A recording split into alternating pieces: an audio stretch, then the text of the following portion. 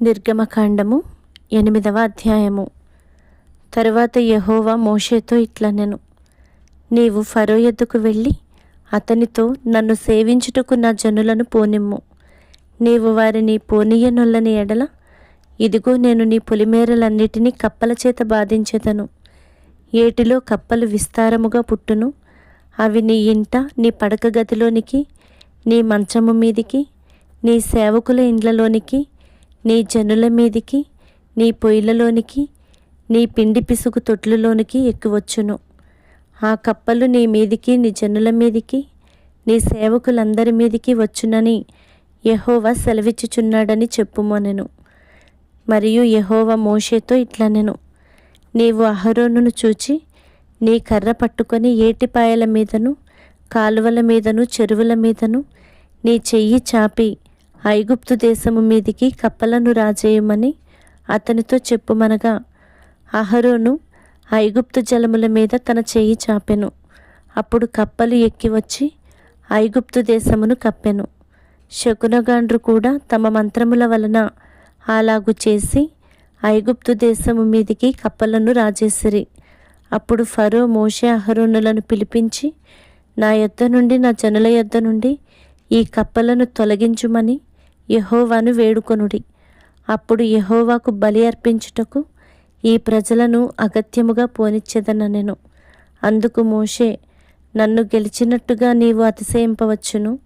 ఈ కప్పల శేషము ఏటిలోనే ఉండునట్లును, అవి నీ మీదను నీ ఇండ్లలోనూ ఉండకుండా చంపబడినట్లును, నీ కొరకును, నీ సేవకుల కొరకును, నీ ప్రజల కొరకును నేనెప్పుడు వేడుకొనవలెనో చెప్పుమని ఫరోను అడుగగా, అతడు రేపే అనెను. అందుకతడు, మా దేవుడైన యెహోవా వంటి వారెవరునూ లేరు అని నీవు తెలుసుకొనున్నట్లు నీ మాట చొప్పున జరుగును. అనగా కప్పలు నీ యొద్ద నుండియు, నీ ఇండ్లలో నుండియు, నీ సేవకుల యొద్ద నుండియు, నీ ప్రజల యొద్ద నుండియు తొలగిపోవును. అవి ఏటిలోనే ఉండుననెను. మోషే అహరోనులు ఫరో యొద్ద నుండి బయలు వెళ్ళినప్పుడు యెహోవా ఫరో మీదికి రాజేసిన కప్పల విషయంలో మోషే అతని కొరకు మొరపెట్టగా, యెహోవా మోషే మాట చొప్పున చేసెను గనుక ఇండ్లలోనేమి, వెలుపలనేమి, పొలములలోనేమి కప్పలు ఉండకుండా చచ్చిపోయెను. జనులు వాటిని కుప్పలుగా చేసినప్పుడు భూమి కంపు కొట్టెను. ఫరో ఉపశమనము కలుగుట చూచి యెహోవా సెలవిచ్చినట్టు తన హృదయమును కఠినపరుచుకొని వారి మాట వినకపోయెను.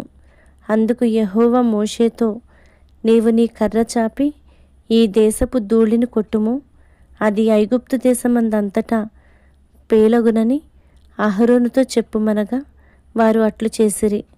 అహరోను తన కర్రను పట్టుకొని చెయ్యి చాపి ఆ దేశపు ధూళిని కొట్టినప్పుడు పేలు మనుషుల మీదను, జంతువుల మీదను ఉండెను. ఐగుప్తు దేశమందంతటను ఆ దేశపు ధూళి అంతయు పేలాయెను. శకునగాండ్రు కూడా పేలను పుట్టించవలెనని తమ మంత్రముల చేత అట్లు చేసిరి గాని అది వారి వలన కాకపోయెను. పేలు మనుషుల మీదను, జంతువుల మీదను ఉండగా శకునగాండ్రు ఇది దైవభక్తి అని ఫరోతో చెప్పిరి. అయితే యెహోవా చెప్పినట్టు ఫరో హృదయము కఠినమాయెను. అతడు వారి మాట వినకపోయెను. కాబట్టి యెహోవా మోషేతో, నీవు ప్రొద్దున లేచి ఫరో ఎదుట నిలువుము. ఇదిగో అతడు ఏటి యొద్దకు పోవును. నీవు అతని చూచి, నన్ను సేవించుటకు నా ప్రజలను పోనిమ్ము. నీవు నా ప్రజలను పోనీయని ఎడల, చూడుము, నేను నీ మీదికిని, నీ సేవకుల మీదికిని, నీ ప్రజల మీదికిని, నీ ఇండ్లలోనికి ఈగల గుంపులను పంపెదను. ఐగుప్తీయుల ఇండ్లను, వారున్న ప్రదేశమును ఈగల గుంపులతో నిండియుండును. మరియు భూలోకములో నేనే యెహోవాను అని నీవు తెలుసుకొనున్నట్లు ఆ దినమున నేను నా ప్రజలు నివసించుచున్న గోషేను దేశమును వినాయించెదను. అక్కడ ఈగల గుంపులుండవు. నా ప్రజలను నీ ప్రజల నుండి ప్రత్యేకపరచెదను. రేపు ఈ సూచక క్రియ జరుగునని యెహోవా సెలవిచ్చినట్టు నీవు చెప్పవలెననెను. యెహోవా అలాగు చేసెను. బాధకరమైన ఈగల గుంపులు ఫరో ఇంటిలోకిని, అతని సేవకుల ఇండ్లలోకిని వచ్చి ఐగుప్తు దేశం అంతటా వ్యాపించెను. ఆ దేశము ఈగల గుంపుల వలన చెడిపోయెను. అప్పుడు ఫరో మోషే అహరోనులను పిలిపించి, మీరు వెళ్ళి ఈ దేశములో మీ దేవునికి బలి అర్పించుడని వారితో చెప్పగా, మోషే అట్లు చేయతగదు, మా దేవుడైన యెహోవాకు మేము అర్పించవలసిన బలి ఐగుప్తీయులకు హేయము. ఇదిగో, మేము ఐగుప్తీయులకు హేయమైన బలిని వారి కన్నుల ఎదుట అర్పించిన ఎడల వారు మమ్ము రాళ్లతో కొట్టి చంపుదురు కదా. మేము అరణ్యములోనికి 3 దినముల ప్రయాణమంత దూరము పోయి మా దేవుడైన యెహోవా మాకు సెలవిచ్చినట్లు ఆయనకు బలిని అర్పించుదుమనెను. అందుకు ఫరో, మీరు అరణ్యములో మీ దేవుడైన యెహోవాకు బలిని అర్పించుటకు మిమ్మును పోనిచ్చేదను, కానీ దూరము పోవద్దు, మరియు నా కొరకు వేడుకొనుడనెను.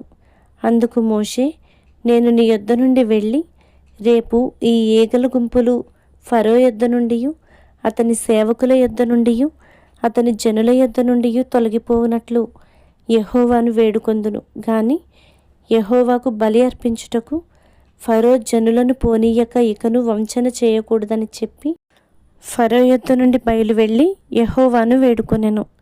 యెహోవా మోషే మాట చొప్పున చేయగా ఈగల గుంపులు ఫరో యొద్ద నుండియు అతని సేవకుల యొద్ద నుండియు అతని ప్రజల యొద్ద నుండియు తొలగిపోయెను. ఒక్కటి అయినను నిలువలేదు. అయితే ఫరో ఆ సమయమును కూడా తన హృదయమును కఠినపరుచుకొని జనులను పోనీయడాయెను.